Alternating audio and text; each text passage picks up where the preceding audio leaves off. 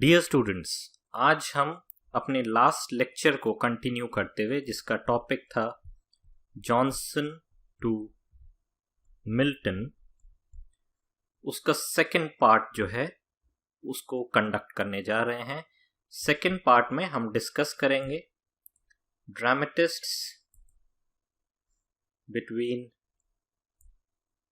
1603 to 1660। जैसा कि हम जानते हैं, हमने जॉनसन के प्लेस को लास्ट क्लास में डिस्कस किया था। जॉनसन एज अ ड्रामेटिस्ट को हमने डिस्कस किया था। आज हम जॉनसन और शेक्सपियर के अलावा इस टाइम पीरियड में बाकी जो ड्रामेटिस्ट थे, ड्रामा राइटिंग जो हुआ है, वो डिस्कस करने जा रहे हैं। बहुत सारे लिटरेरी हिस्टोरियंस का ऐसा मानना है, it is believed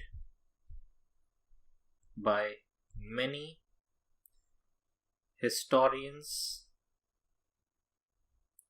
of English literature that if Shakespeare and Johnson had not existed, the literary historians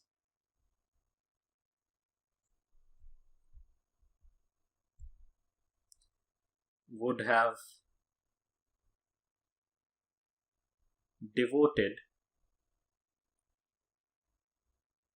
equal number of pages to playwrights such as, और जो पॉपुलर ड्रामेटिस्ट हैं इस पीरियड में, Chapman, George Chapman, Thomas Middleton, John Webster,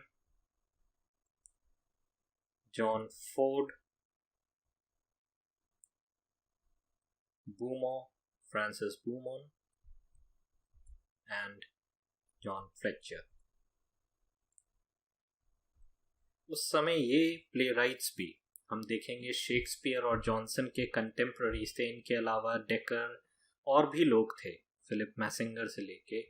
लेकिन हम देखते हैं literary historians जो हैं वो शेक्सपियर और बेन जॉनसन को स्टडी करने में, एनालाइज करने में काफ़ी, जितना भी हम देखेंगे लिटरेरी क्रिटिसिज्म के जितने भी वर्क्स हैं, शेक्सपियर के ऊपर अपने आप में बहुत ज़्यादा रिसर्च हुआ है, जॉनसन के ऊपर काफ़ी रिसर्च हुआ है।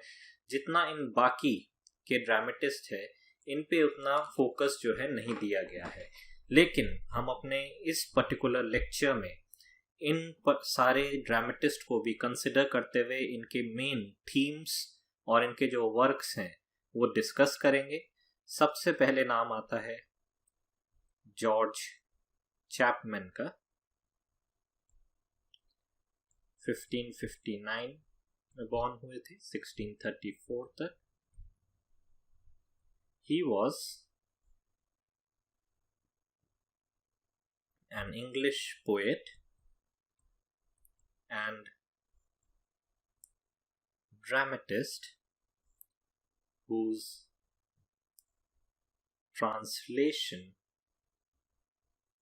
of Homer is still considered as the standard English version। हम देखते हैं जब भी हमें होमर पढ़ाया जाता है तो होमर की जितनी भी इंग्लिश में किताबें हैं उसमें जॉर्ज चैपमैन सबसे प्राइमरी माने जाते हैं। उनका जो ट्रांसलेशन था इलियाड और ओडिसी का, उस ट्रांसलेशन को ही स्टैंडर्ड इंग्लिश वर्जन जो है माना गया है काफ़ी लंबे समय तक। अब और भी बेहतर ट्रांसलेशंस आ गए हैं, लेकिन हम देखेंगे 21st सेंचुरी में भी हम देखते हैं कि जॉर्ज चैपमैन का ट्रांसलेशन अभी तक रेफर किया जाता है होमर के लिए, होमर के वर्क्स के लिए। हिज फर्स्ट वर्क और उनके जो बाकी के वर्क हैं, His first work was The Shadow of Night, Two Poetical Hymn, और ये लिखा गया था 1593 में। और इसके बाद जो उनका दूसरा वर्क आता है वो है ओविड्स बैंकेट ऑफ सेंस। ये इनके फेमस लिटरेरी पोइटिकल वर्क्स हैं।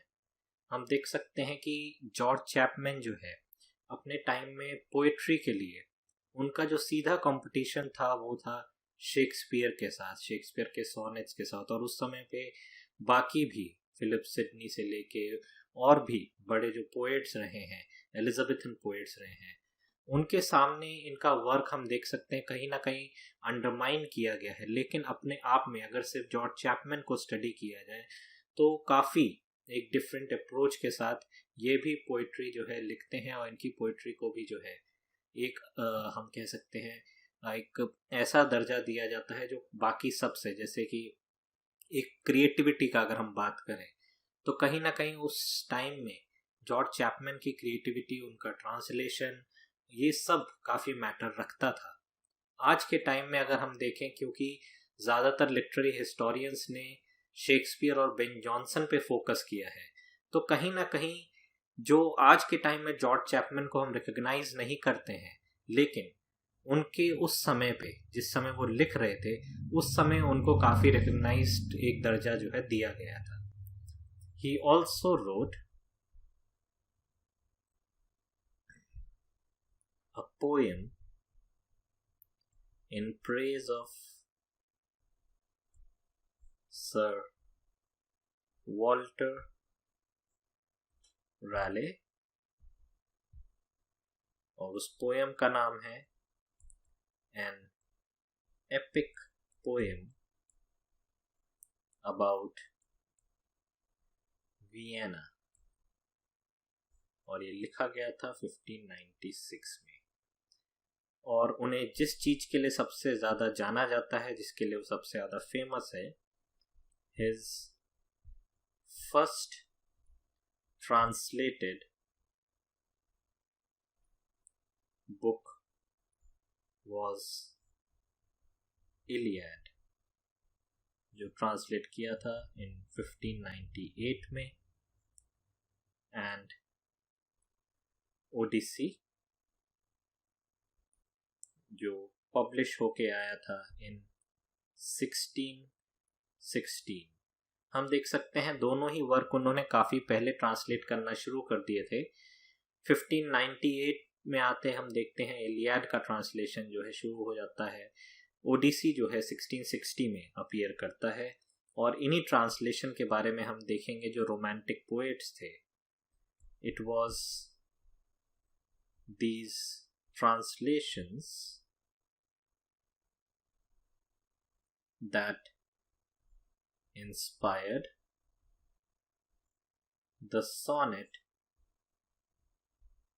of John Keats।